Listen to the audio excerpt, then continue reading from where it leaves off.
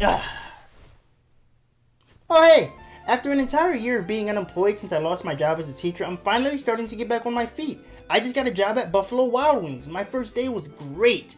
I'm currently saving up for a PS5 as those have been pretty hard to come by for the past couple of years, so hopefully after my next couple of paychecks I should be able to get one. I fucking hate that place. But, on the bright side, I did manage to get my hands on the PS5, and I even have a pretty decent library consisting of one game that I also own for Xbox. The PlayStation 5, Sony's fifth attempt to try to compete with Nintendo, and they're still failing at it. When I initially saw the console, I didn't really think too much of it. I was excited, obviously, because I love PlayStation. Like, come on, their second generation made me lifelong friends. But with that excitement also gave me skepticism, as when it was initially unveiled, there weren't many games shown, or rather, there weren't many exclusives shown, and in this day and age, releasing a console with only one game is just asking to be tortured. Then 4 years later, they're still going strong with no games. This console honestly doesn't feel real sometimes. Like, for example, when it initially released, it was damn near impossible to get your hands on one, and the people that did get one became scum of the earth and scalped them on eBay for over $1,000. Look who's laughing now. Another thing to point out about the PlayStation 5 is that it has less games than the Wii U, and this console's been out for 4 years. To put that into perspective, there are exactly 21 PS5 exclusives, and the Wii U managed to have 9 more than that in only 3 years, not counting the games that released in early 2016. And I know why it's like that, you know, Sony seems to want to focus more on story-driven narrative experiences. In other words, interactive movies. That'd be fine if they also sprinkled a bit of other things in between, like, I don't know, new games with some of your original IPs, you know, Sly Cooper, Jak and Daxter, Ape Escape, the OG God of War that wouldn't cost as much to produce, Fat Princess, Infamous. Like, I'm just saying, Sony, they're right there. But also not, because they apparently don't have many original IPs. I literally just named like 7 of them. Sony, what are you talking about? So let me get this straight.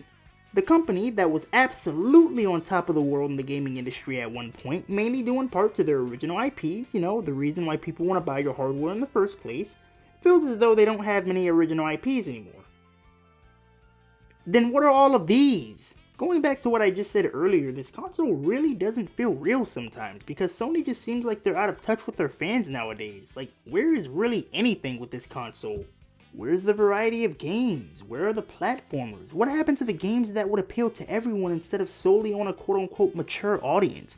Like, the main games I see on this list of exclusives that would most likely appeal to most people are Ratchet & Clank Rift Apart, Astrobot, Astro's Playroom, and maybe Destruction All-Stars, and those are just the games that would most likely appeal to everyone. It's like half the list already. But what's the significance of me bringing all of this up? Well, do I have an answer for you. In just 4 years of the console's life, where we really have gotten not many games of worth, Sony decides to bless us with an all-new updated version of the PlayStation 5, the PlayStation 5 Pro, which I should also mention, a year ago, they blessed us with the PlayStation 5 Slim, also having a similar price to the original PS5 for the physical version, while the digital version was an additional $50. So let me get this straight.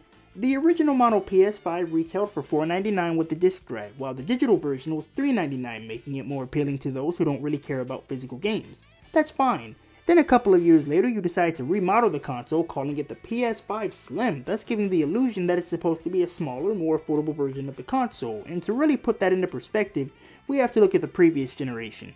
The original PS4 was retailed at $399 when it launched back in 2013, while the PS4 Slim retailed at $299 3 years later, and to those that don't know math, that's like a $60 price cut? I was never good at math. That just doesn't seem worth it to me. Like, on one hand, I can kind of see the physical version of the PS5 Slim not really dropping in price all too much, but that's mainly because it's the exact same price as the original, while the digital version is an additional $50 with nothing to really show for it. And personally, I feel like the reason it costs so much is because of the accessories they made for the Slim. $80. There is a part of me that thinks this is pretty smart though. Like, say for example you initially feel like you're only going to want your games digital, then later on down the line you get a sudden itch to want to start collecting the physical library of games. This defeats having to buy an entirely new console to be able to pop those bad boys in and play them, but it costs $80, putting this version of the PS5 up at $530. And let's not forget about that vertical stand, which is also going to set you back an additional $30, which I should also mention, you got that free with the original model PS5.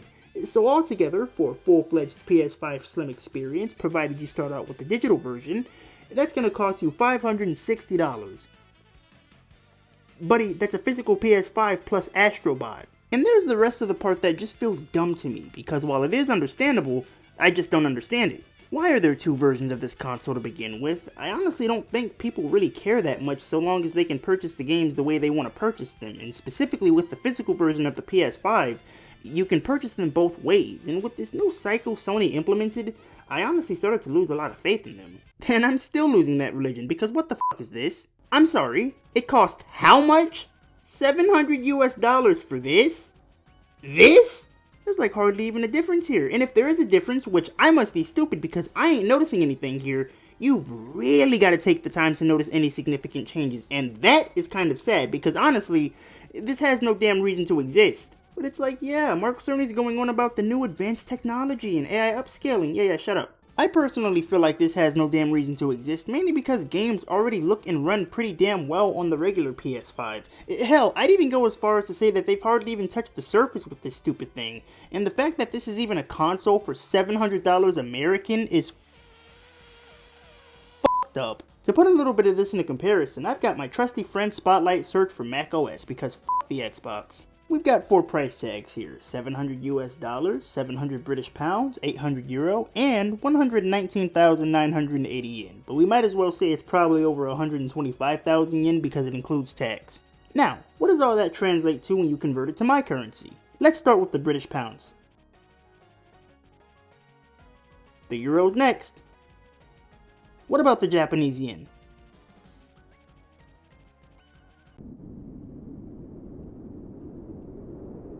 So let me get this straight.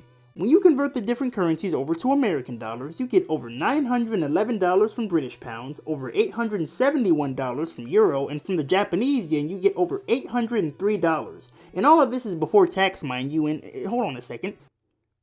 Vertical stand sold separately. And where's the disk drive?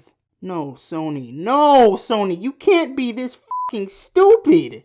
This console on its own already cost over $700 American, and if you want a full PlayStation 5 Pro experience with a disc drive and vertical stand, that's going to cost you over $810. So adding on to the conversions I just did, you'd have over $1,021 in British pounds, $981 in euro, and $918 in Japanese yen, and that's just for those three countries. I don't even want to think about the other countries like Canada, Australia, or New Zealand even, because let's be honest here, this really doesn't seem like it's worth the price anywhere. There's no real reason to buy this thing, unless you're someone that cares about having the highest quality possible as soon as possible, or you just like new, shiny, fancy things, which is fine, but don't lie to yourself thinking that you need to have this console because the base PS5 is unplayable and all the games look horrendous on them, when in actuality, they really don't. This just seems super unnecessary to me, and honestly feels like an excuse for Sony to try and make some extra money off of an overpriced upgrade for a console that doesn't really have many games to begin with and it's been out for 4 years. But do you want to know what isn't unnecessary? Boobs? No. Sex? No. Coffee? No. Child labor laws? Maybe, but no. It's the limited edition 30th anniversary PlayStation 5 Slim and PlayStation 5 Pro! They actually had the nerve to try and capitalize off of everyone's hatred for this new upgrade by giving it a paint job and a PlayStation Portal. These new colors and callbacks do look nice, but I've gotta ask Sony, where's the original model? No, seriously, where is it? Like, I see the Slim, I see the Pro, but what about this model? It's a part of the PS5 family whether you want it to be or not, so why not just go all the way and make a design for this one, or at the very least some custom faceplates? There's a part of me that wants to look at all this and celebrate. Like, it's 30 years of PlayStation and the PS5 Pro. That's grand, but the last 4 have been dog shit.